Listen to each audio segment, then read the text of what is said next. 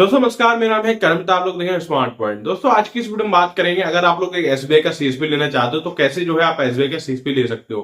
दोस्तों ये वीडियो आखिर तक देखना। आप अगर ये वीडियो पूरा देख लेते हैं तो यहाँ पर 101% आपको एसबीआई का सीएसपी मिल जाएगा। आप ये बात समझ लो, मेरे पास जो एसबीआई का सीएसपी है वो 2013 से है। हालांकि अभी मैंने 24 में आकर वो रिप्लेस कर दिया, अपने भाई के नाम पे मैंने छोड़ दिया है। मैंने क्यों छोड़ा उसका वीडियो आप लोग देख चुके होंगे। पहले ही मैंने 2-3 वीडियो उसके बना के डाल दिए थे कि मैंने एसबीआई सीएसपी क्यों छोड़ा है। ठीक है, ये बात सोच समझ लेना। मैं 2013 से सीएसपी चला रहा हूँ, मतलब मेरे फादर चला रहे थे 2013 से, उनके साथ ही मैं काम करता था। अब मैं खुद कर रहा हूँ, लेकिन अब मैंने आके सीएसपी छोड़ दिया है। ये बात आप सोच लेना, जब इतना पुराना बंदा सीएसपी छोड़ रहा है तो भाई क्यों छोड़ रहा होगा। क्योंकि इसमें जो है ना टारगेट बेस बहुत रहता है। अगर आप लोग एक एसबीआई सीएसपी लेना चाहते हो तो पहले एक बात सुन लीजिए, अगर आप एसबीआई सीएसपी लेना चाहते हो तो यहाँ पर आपको अपना टाइम देना पड़ेगा, और यहाँ पर जो है आपको अपनी जो मेंटल हेल्थ है वो भी देनी पड़ेगी। ठीक है, मेरी मेंटल हेल्थ खराब होने लगी भाई, इस वजह से मैंने सीएसपी छोड़ दिया। ठीक है, क्योंकि यहाँ पर जो टारगेट बेस है वो बहुत बुरा है। टारगेट बेस मतलब ट्रिपल एस का मतलब होता है प्रधानमंत्री जीवन ज्योति बीमा योजना, प्रधानमंत्री सुरक्षा बीमा योजना, अटल पेंशन योजना और पाई अकाउंट ओपनिंग। यानी कि ये बैंक वाले और आरबीआई वाले बोलते हैं कि सरकार का आदेश है भाई ज्यादा से ज्यादा बीमा कीजिए। ठीक है, भाई बीमा करने का इतना बुरा प्रेशर ये लोग डालते हैं हमारे ऊपर, इतना बुरा प्रेशर डालते हैं कि कुछ कह नहीं सकते हैं। अगर आप टारगेट पूरा नहीं कर पाएंगे आपको धमकियां मिलेंगी आए दिन कि आपका कोड हम रिप्लेस कर देंगे, आपकी सिक्योरिटी जब्त हो जाएगी, या फिर आपका कमीशन रोक लिया जाएगा, या फिर आपकी सर्विसें बंद कर दी जाएंगी। हालांकि मेरे साथ भी ऐसा ही हो रहा था, मेरी सर्विसें बंद की गई थी, मेरा कोड रिप्लेस करने की बात हुई थी, मेरा कमीशन रोक लिया गया था। इसी वजह से मैंने अपने भाई के नाम पे ट्रांसफर कर दिया, क्योंकि उसको चाहिए था तो मैंने ट्रांसफर कर दिया था। ठीक है, अगर सीएसपी लेते हो ना तो इन चीजों के लिए आप तत्पर हमेशा रहना। ठीक है, मतलब आपको टारगेट मिलेगा वो तो आपको पूरा करना पड़ेगा। पूरा नहीं कर पाते हो तो आप सोच नहीं सकते हो किन किन हालातों से आप गुजरोगे। ठीक है, अब बात ये आती है कि हमको चलो ठीक है हम टारगेट अपना पूरा कर लेंगे, अब ये बताइए आप कि हमको सीएसपी मिलेगा कैसे। तो वही सारी बातें हम करते हैं। देखो, अगर आप लोग एक एसबीआई सीएसपी लेना चाहते हो, जिसका इंटरव्यू मैंने ऑलरेडी अपलोड कर दिया अपने चैनल पे, आप जाके वो भी देख सकते हो। ठीक है, क्योंकि वो भी एक सीएसपी ऑपरेटर थे जिन्होंने खुद बताया कि सीएसपी कैसे ले सकते हो। मैं भी एक सीएसपी ऑपरेटर हूं, मैं भी खुद बता रहा हूं। ठीक है, अगर आप लोग एक सीएसपी लेना चाहते हो, सबसे आसान तरीका सीएसपी लेने का है कि डायरेक्ट आप जाइए अपनी नजदीकी ब्रांच में, आप अपने बीएम से बात कीजिए कि हमारा जो गांव है वो बैंक से 10 किलोमीटर 5 किलोमीटर दूर है, वहां के लोग जो है परेशान रहते हैं, बैंक नहीं आ पाते हैं, हमको अपने गांव के लिए एक सीएसपी चाहिए ताकि हम वहां के लोगों को ये जो सेवा है, ये जो सर्विस है वो प्रोवाइड कर सके। ठीक है, अगर आपका बीएम राजी हो जाता है कि हाँ ठीक भाई उस एरिया में हमको अपना एक सीएसपी खोल देना चाहिए, तब आप आगे का कदम बढ़ाएं। ठीक है, अगर आपका बीएम रेडी हो जाता है ठीक है भाई मैं आपको सीएसपी दे देता हूं, मैं वहां के लिए अलॉट कर दूंगा।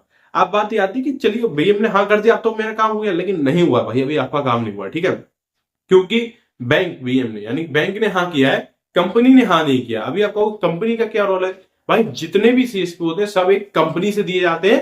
कंपनी से जो कोड बन के आते हैं वो आपकी ब्रांच उनको ऑथराइज करती है, उसके बाद आपको सीएसपी मिलता है। ठीक है, मेरा जो कोड था वो था ऑक्सीजन कंपनी से। ठीक है, ऑक्सीजन कंपनी होगी, फिया होगी, जियो मास्क होगी, काफी काफी सारी ऐसी कंपनी है जो कि सीएसपी अलॉट करती हैं।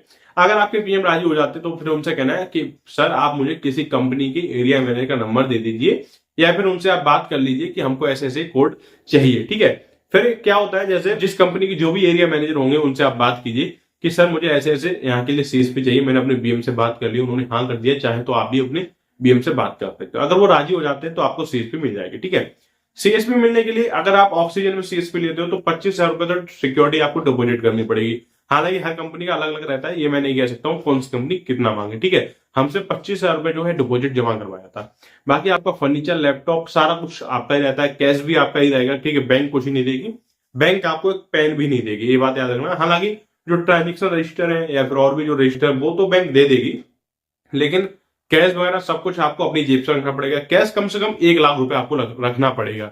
अब बात ये आती है इसमें एज क्या चाहिए और इसमें डॉक्यूमेंट क्या क्या चाहिए। ठीक है, एज जो है आपकी इसमें 18 प्लस होनी चाहिए, और डॉक्यूमेंट में आपके पास आधार कार्ड होना चाहिए, पैन कार्ड होना चाहिए, हाई स्कूल की मार्कशीट होनी चाहिए, इंटर की मार्कशीट होनी चाहिए, आईआईबीएफ का जो है एग्जाम आपके पास पास होना चाहिए, एक सर्टिफिकेट बनता है, मतलब एक एग्रीमेंट बनेगा जो कि आपकी तहसील से बन जाता है वो होना चाहिए, एक पुलिस वेरिफिकेशन होना चाहिए यानी कैरेक्टर सर्टिफिकेट होना चाहिए जो कि आपके पास होना ही होना चाहिए। ठीक है, पुलिस वेरिफिकेशन होना चाहिए, ये सारे डॉक्यूमेंट आप लोगों के पास होने चाहिए। ठीक है, अभी आप कहोगे भाई बस इतने डॉक्यूमेंट चाहिए, जी हाँ बस इतने डॉक्यूमेंट चाहिए, Aadhaar card, PAN card, high school की मार्कशीट, इंटर की मार्कशीट, पुलिस वेरिफिकेशन हो गया, आपका आईएबीएफ एग्जाम हो गया, एक एग्रीमेंट हो गया, ये सारे डॉक्यूमेंट होने चाहिए, इससे ज्यादा कोई डॉक्यूमेंट लगते नहीं है।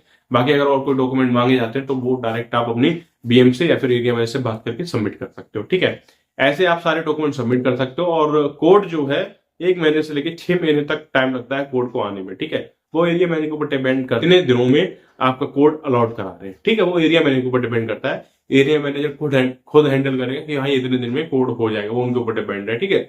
फिर कोड चालू होने के बाद आपकी सर्विस चालू हो जाती है, आपका कोड मैप हो जाएगा। आपके पास एक लैपटॉप होना चाहिए, आपका पर्सनल लैपटॉप होगा, उसी में आपका कोड मैप हो जाएगा, आप फिर काम कर सकते हो। काम करने के बाद मैं आपको एक बात और बता देता हूं कि इसमें जो है आप सबक्यू बना सकते हो। सबक्यू क्या होता है भाई, आप मान लीजिए सीएसपी मैंने अपने नाम पे ले ली, ठीक है। अभी जो आईडी लॉगिन होती है वो मेरे थंब से होगी, मेरी आईडी पासवर्ड डाल के लॉगिन होगी, ठीक है। अब मान लीजिए हम सीएसपी में नहीं है, अब हम चाहते हैं कि हमारा सीएसपी हमारे पीठ पीछे कोई चला सके, कोई उसकी सर्विस यूज कर सके, दे सके लोगों को सर्विस, ठीक है। तो ऐसे में क्या होता है, सब क्यों बन जाता है। सब क्यों क्या कर सकता है, जैसे हम मैन क्यों है, मतलब हम मैन ओनर है, वो छोटा ओनर बन जाता है। एक तरीके से ये समझ लीजिए, एक छोटी सी आईडी होती है सब क्यों की, वो क्रिएट कर दी जाती है। जो डॉक्यूमेंट आप लगते हैं वही उसके भी लगेंगे डॉक्यूमेंट, सेम डॉक्यूमेंट लगेंगे सब क्यों में, ठीक है। उसका थंब वगैरह लग जाएगा और डायरेक्ट वो सब क्यों बन जाएगा। फिर क्या होगा, वो अपनी एक अलग से आईडी उसी लैपटॉप में लॉगिन कर सकता है अपना थंब लगा के, और आपकी गैर मौजूदगी में भी सीएसपी चला सकता है। तो कुछ इस तरीके से जो आप सीएसपी ले सकते हैं। अगर ये वीडियो अच्छा लगता है तो वीडियो को लाइक कमेंट सही कर देना, और अगर चैनल हो तो चैनल को सब्सक्राइब कर लेना आगे की वीडियो देखने के लिए। मैं मिलता हूं आप लोगों से दूसरी वीडियो में, तब तक take care and thanks for watching.